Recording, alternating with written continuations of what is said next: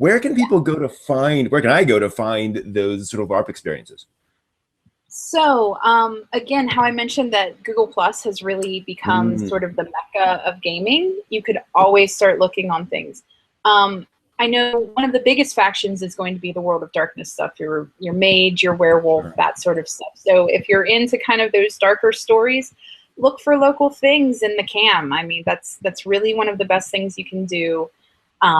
Personally, I like a lot of the Nordic style LARPs. Yeah. I don't have any local groups that do it, but I try to do it every con that I go to because you can actually do it there. And it's really fascinating. I think LARPing is going to start popping up more and more. I know that there is a LARP on a submarine or an aircraft carrier in Germany where you basically play out like Battlestar Galactica. I've heard of that. Yeah. Yeah. There is a castle in the Czech Republic where you can go to the College of Wizardry. I have several friends that have traveled over there to be in the Hogwarts LARP. And I think that's great that those are starting because I have a feeling they're going to jump the ocean. I have a feeling that we're going to see much more things like that start to pop up. And even there's a big trend right now in the like pervasive game world, pervasive meaning like playing it in real time. There's a lot of these things called like lock house or safe houses where it's like a maze that you actually have to go through and you interact with actual actors and characters. There's also a lot more in the theater world that's actually, there was in New York City, I think it's still running, called Sleep No More, where all the audience wears masks and just roam around this mansion, room to room, and actors are acting out Macbeth around you. Interesting. And you see what you want to see of the story, and you don't have to see all of it. You could follow one character and only see their side of things. So there's a lot more things like that, even just, like I said, you know, in theater, even bringing things like that. I have a feeling that LARP is going to become a little bit more respected thing in the US. I hope so. I know it's hard to find. Like I said, you know, I know a couple of groups around here that do World of Darkness and things like that, but that's really about all you can find. So if that's not really your thing, if it is your thing, awesome. But if it's not, you're pretty sparse on what you can find. So. Yeah, I mean, it would be great to see someone try to figure out some way of doing LARPing through G Plus Hangouts in some way, shape, or form. Yeah, because tabletop, for the most part, a lot of tabletop games you can do over Hangouts, and it's great. Like, I mean, you can go and download an entire like layout for playing Fiasco through Google Hangout. It's super simple to do because they have the dice emulators, they have all that stuff.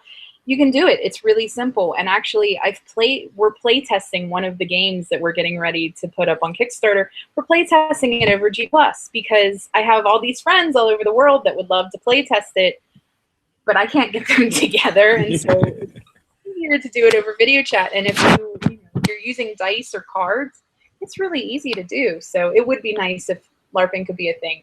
Now there is a lot of play by post stuff that goes on G Plus also. So you get a little bit more where you get to describe how your character feels and what your character's thinking. And so, you know, it's kind of a nice mix between tabletop and LARPing because you get a little bit more insights into how your character feels. So that's pretty cool. Gotcha. Yeah. I know there's Storium out there now that folks are using for some of that as well. Storium is cool for that. Yeah, a friend of mine invited me to one game, and I was very impressed with just how structured it was. It's like, obviously you wouldn't want to run on every game this way, but for the kinds of games it works for, it's like, yes, this lets us play. Yep. Yeah, cool. No, it's really cool that there's a lot. It's becoming much more prevalent doing things like this. And I know, like, in the last couple of years, it seems like geek culture has kind of become in vogue, and it's been really interesting to watch. As somebody who's been into gaming and anime and stuff all my life, it's incredible to watch it actually become part of the mainstream and be considered cool. And you know, seeing all my friends, younger siblings like the things that I liked, then they're cool for doing so. And it's just really funny. So Absolutely. it's to see it all grow. So Yeah, no, totally. So what's it going to take to bring role playing a little closer to mainstream, do you think? um it's getting there, and it's mainly because now the Will Whedons and Felicia Days of the world, like people that are actively, I mean, everybody now knows that Vin Diesel plays D&D. True. That's huge. And I mean, nobody is sitting there saying, I'm going to play D&D just because Vin Diesel does. But having it prominent and out there in the world, and not just, you know, images of stereotypical, you know, geeks sitting in the basement eating Cheetos, rolling D20s. That's what you need. Things like Will Wheaton doing tabletop and stuff like that. It makes a big difference because he can bring in people that don't look like your norm, don't look like normal, you know, what you consider to be, you know, the normal type of players. And it's been really interesting. I have several friends with children that have been getting their kids into role playing. There's so many good games out there for families and based at children. And it's great to get them into it because as they grow up, they're going to keep doing it. And I know a lot of people will be like, well, I grew up playing D&D with my family, and that was a little bit more few and far between. Yeah. As opposed to what it is now. So I think getting to kids younger is really one of the best things that we can do. It's been really interesting. I used to live in Pittsburgh, and I helped run a board game meetup. And at one point I was like, we could run Fiasco. Yeah. Let me try it. And the guy in charge, he was like, okay, do it once, see how it goes. Everyone was shocked. They're like, I can't play a game where I tell a story where I'm a character. I can't do that. And I'm like, no. Let me show you how to play this game. And we played it, and everyone that played was like, so when are we doing this again? And I was like, that is exactly what I wanted, because that's how this works. And so now, like every couple of months, even I don't live there anymore, but they still every couple of months have a Fiasco night. Nice. And so, you know, it's and man, I was at Target. They sell Settlers of Catan at Target. True. Yeah. They're beginning to sell all these more mainstream games. And I know, you know, board games are a little bit ahead of like RPGs and things like that, but it'll follow. That's, you know, it's a thing. And so, you know, going to Barnes and Noble and seeing like, you know, they have Betrayal at House on the Hill and King of Tokyo and stuff that's a little bit more, you know, you wouldn't know about it unless you went into a game store. Now you can buy them at bookstores. Absolutely. So it's really cool to see it kind of branch out in that way. Yeah. But it's also been neat seeing, I'll always applaud the D&D folks for bringing out the board games. Because I don't know if it was intentional or not, but that brought a whole board game crowd that's like, oh, I could do this. Yeah. And even with 5th edition, the last one that they brought out, they did more of the encounters thing, which is literally you buy a box and it has everything you need. If you have never run a game before, you crack open that box and you could DM for your friends. That's huge. Yeah. Because I know a lot of people are willing to play games as long as they don't have to run them. And so that's always a thing, is trying to make sure that you can find somebody to actually GM your game, because then you can actually play something. But yeah, no, that makes such a difference, and it's such a big boost in confidence that I think that makes a huge difference. And so that is one of the kind of like hazards of getting into the more independent games, because it is, oh, I have this 150-page book that I have to read and know better than anyone else and things like that. But there's so many different things being done to make games more accessible and to make kind of the learning curve a little bit different and make it not so bad. And there is actually a pretty big push for accessibility in a whole bunch of different ways. I know there's a game called Tears of the Machine, which is like you're playing mechas piloted by teen girls. So it's as happens, Pacific Rim, Marcross kind of all together sort of thing. He has an interactive website where you can access all of the rules.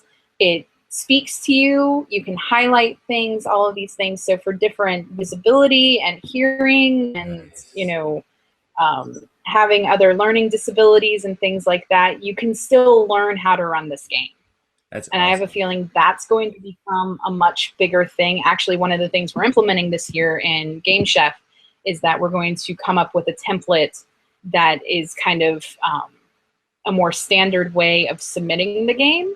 Oh. And so that way it's in a different font that's a little bit more visible for people with visual issues and things like that. And we're trying to do our best to make everything as accessible as possible. That's awesome. Because there's a lot of people. When you go to a con, you see people of every single ability. And that's one of my favorite things about cons. Gaming, tabletop gaming is so great. You do not have to be physically capable of things that you can do in game. Mm-hmm. And exploring disability in games, if it's handled correctly, is great. And there's a lot of things that are going on now to make everything more accessible to everyone. And I really appreciate that. I think it's awesome. So that is really cool. And I mean, for lots of reasons, if not just because that opens it up. It's amazing how people don't realize, that if you make it accessible to those people, then suddenly they become your champions. Yep. This is now something that they can do, and they'll proselytize it because you're suddenly making something available to them. Yep. And I remember stumbling across this because I published one of my games in e-reader formats. Just go ahead the software. I said, I'll publish it out there. And somebody emailed me and said, "Thank you so much, because I have problems with my hands. I can have it read it back to me." And I never even thought about that, but that happens. There's a big push towards that, and I really think it's a great way to go. Yeah. Because for so long it's been there's always been this stigma of like the geeky kids that are kind of socially awkward. They're the ones that do this type of gaming. But now it's reaching such a different audience, and it's so nice to have much more accessibility and inclusion. Mm-hmm. That it's great to be able to go to cons and see people of every ethnicity and every orientation can all go to the same place and get along and play games together, and it doesn't matter. It's really a super inclusive world, and diversity is a good thing in games. You don't want everybody to be a hunter. You want to have a cleric and a bard and an archer. You want to have diversity. So it's definitely something that's being appreciated in the world, and that's good. Yeah, that's very cool. And it's something that I think Game Chef really helps to foster as well. And one of the things I think that's interesting there too is how Game Chef gets it's aiming more towards this trend. I think another one of the misconceptions folks have is that tabletop role playing means I have to show up every week for this campaign that goes on for 3 years. Yeah. That's I really love one shots. I love games that you can play in one session. Those always make me really happy. Just because it's cool to get to know a character briefly and see what you can do with them in that time. Sometimes it's great to have a full campaign and be able to have a character that you super delve into. But every now and then it's nice to just be, maybe it's somebody that's completely different than you and you just want to try, like, what if I were a really mean person all the time? Why don't I play that for 3 hours? And at the end of it, you're probably going, "Oh God, I'm so glad I'm not like that." But you have a chance to do it. And it's really cool because not only is it good insight for you, but it also, the more experiences you have, and gaming can be really cathartic. Gaming can be a great way to get through emotions and feelings and things like that. And hey, why not just dump it out on the table and leave it there? Exactly. That's okay.